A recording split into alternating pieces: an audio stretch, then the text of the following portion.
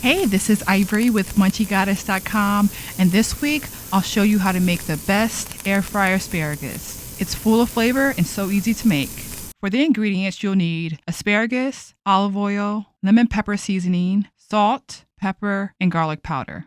First, start by cutting off the woody stems from the asparagus. Next, to a small bowl, add the olive oil, lemon pepper, salt, pepper, and garlic powder. Stir until well blended. Next, brush the asparagus with the olive oil seasoning mixture on all sides.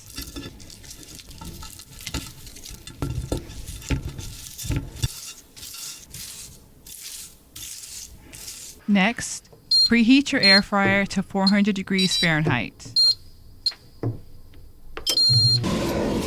Once the air fryer is ready, add the asparagus and cook for 2 minutes.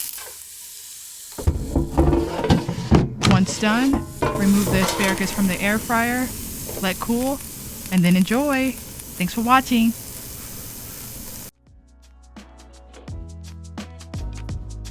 Be sure to like and share this video and subscribe to my channel for more easy air fryer recipes.